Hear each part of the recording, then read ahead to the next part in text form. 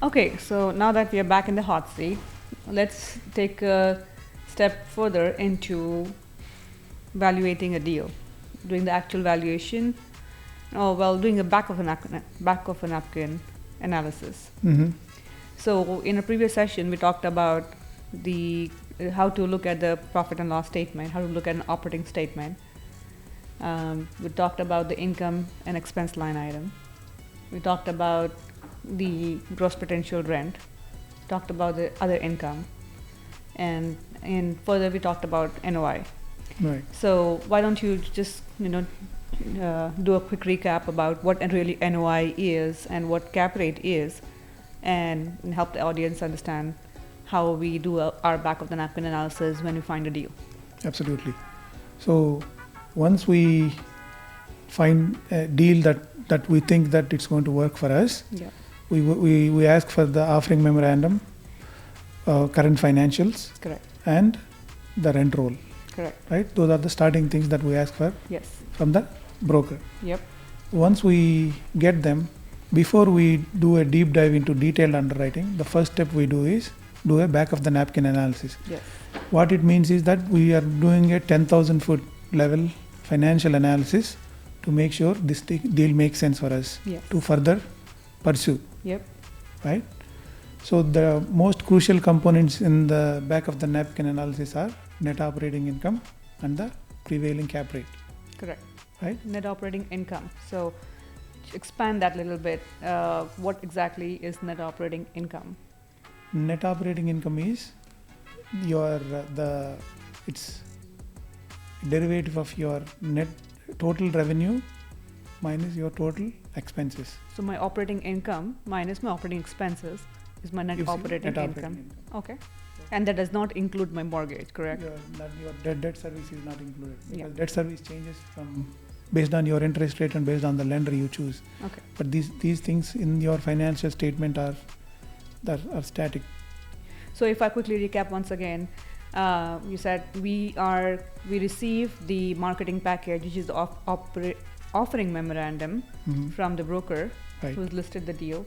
We receive the financials, which is the operating statement of how the property is currently operating from the broker as well. Right. And then we receive the rent roll. Right. And we are going to get derive, or not just really derive, we look at the NOI, which is net operating income, from the financials, which is from the operating statement. Absolutely.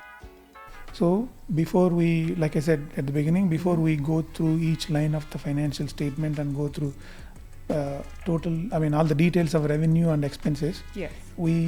at high level we look at what's the total revenue, what are the total expenses, and what's the net operating income,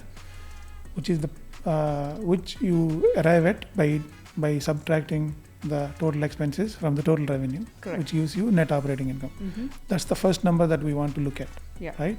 And then based on the market we are in, the cap rate is one of the factors that helps you in coming with back of the napkin analysis. So cap rate is something we, as when we started, we also kind of struggled a little bit understanding the actual definition of cap rate. So Right. how would you want to put it in layman terms, what a cap rate is?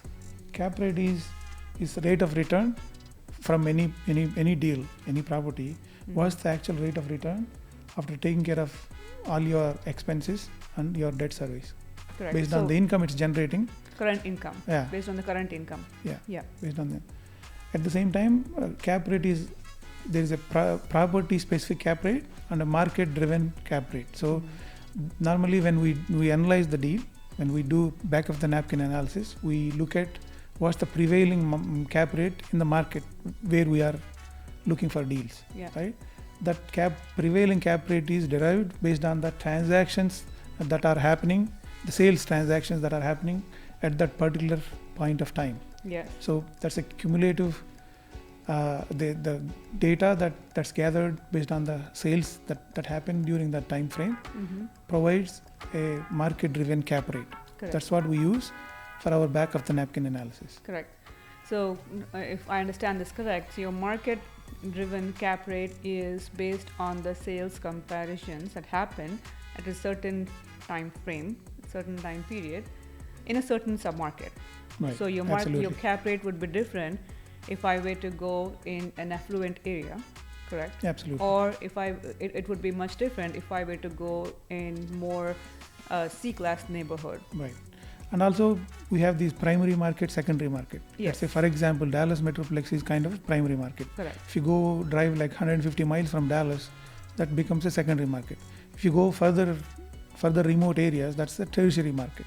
So the cap rates tend to be much lower in the primary markets because your returns will be lower in the primary markets because your competition is higher. Exactly. And then your returns are guaranteed. Yes. Most likely you will Yes. get whatever the projected returns. Yes.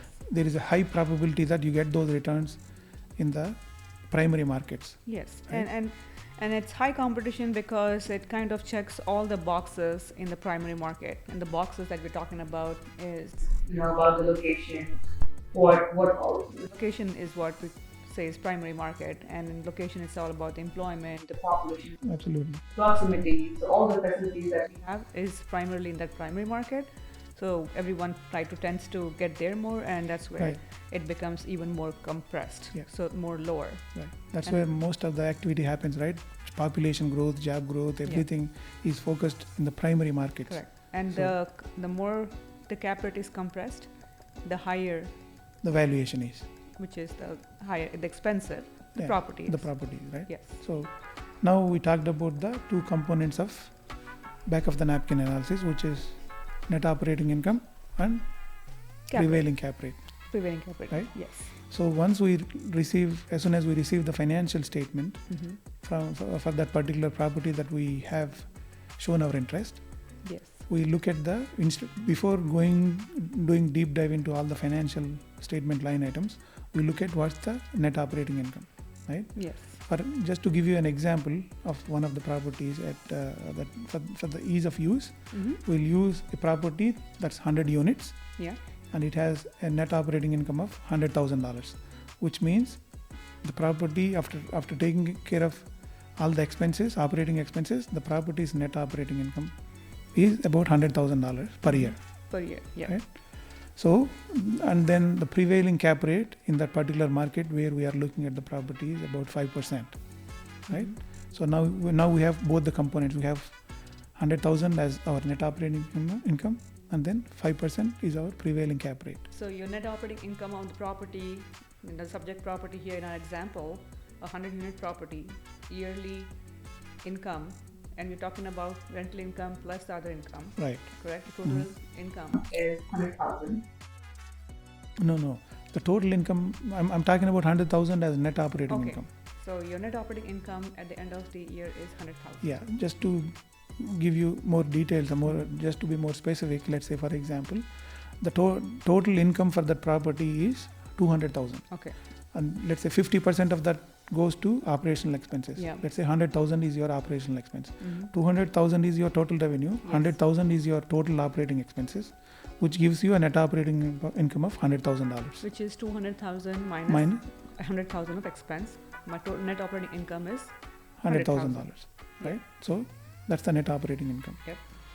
And then we know the prevailing cap rate in that particular market is about 5%, based on the transactions that are happening during that time frame. Yes. The market driven cap rate is 5%. Okay. Now, before we pursue the deal further, we have both the critical components for the back of the napkin analysis. We use them by doing a small little easy calculation by net operating income by cap rate. Correct. Gives you the potential valuation for that particular property, right? Yeah. So when you say valuation, if I am a buyer, I am really looking at what's the price I should really be buying this property for. Absolutely. Doesn't necessarily mean that this is the price it has been listed for, or this is the expected price by the seller or the broker, but this is the price where I can be at the best to get my returns, is what we're talking about valuation here. Absolutely, right. So the components, again, to repeat here, is NOI, which is net operating income, which is derived from total income minus total expenses. That gives you net operating income. Right.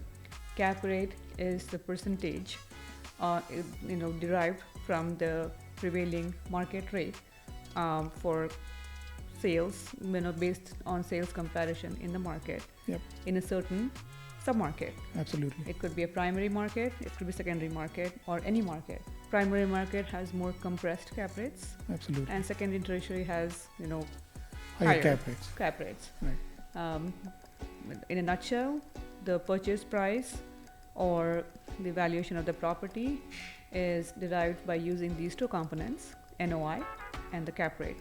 Absolutely. So my NOI here in this case is 100,000, and let's say your cap rate is 5%. So 100,000 by 5%, that gets me $2 million. 2 million. So that's the best part. Yeah. I should be really playing around. Yeah. Now, it definitely is not as easy when it comes to detailed underwriting. Right. So we probably should cover that, by showing a live example Absolutely. of how Right. we look at detailed underwriting, and we should also be pulling up one of our operating statement. If I were to sell this property, how much I would expect to get out of this. Right. So basically, this back of the napkin analysis helps to compare with what the offering price is.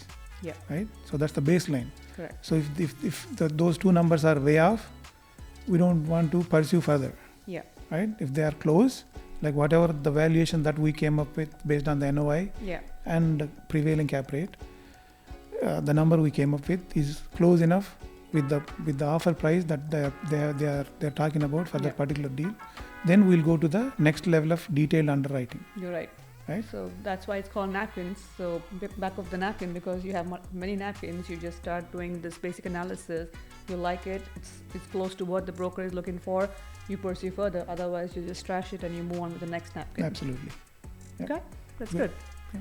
Very informative. I wish I had this kind of session when I was looking into underwriting deals that's early right, in our investment days. Yeah. It's not rocket science. It's just Yeah, few numbers. if we could figure it out, I'm sure many of them would be able to. Absolutely. All right.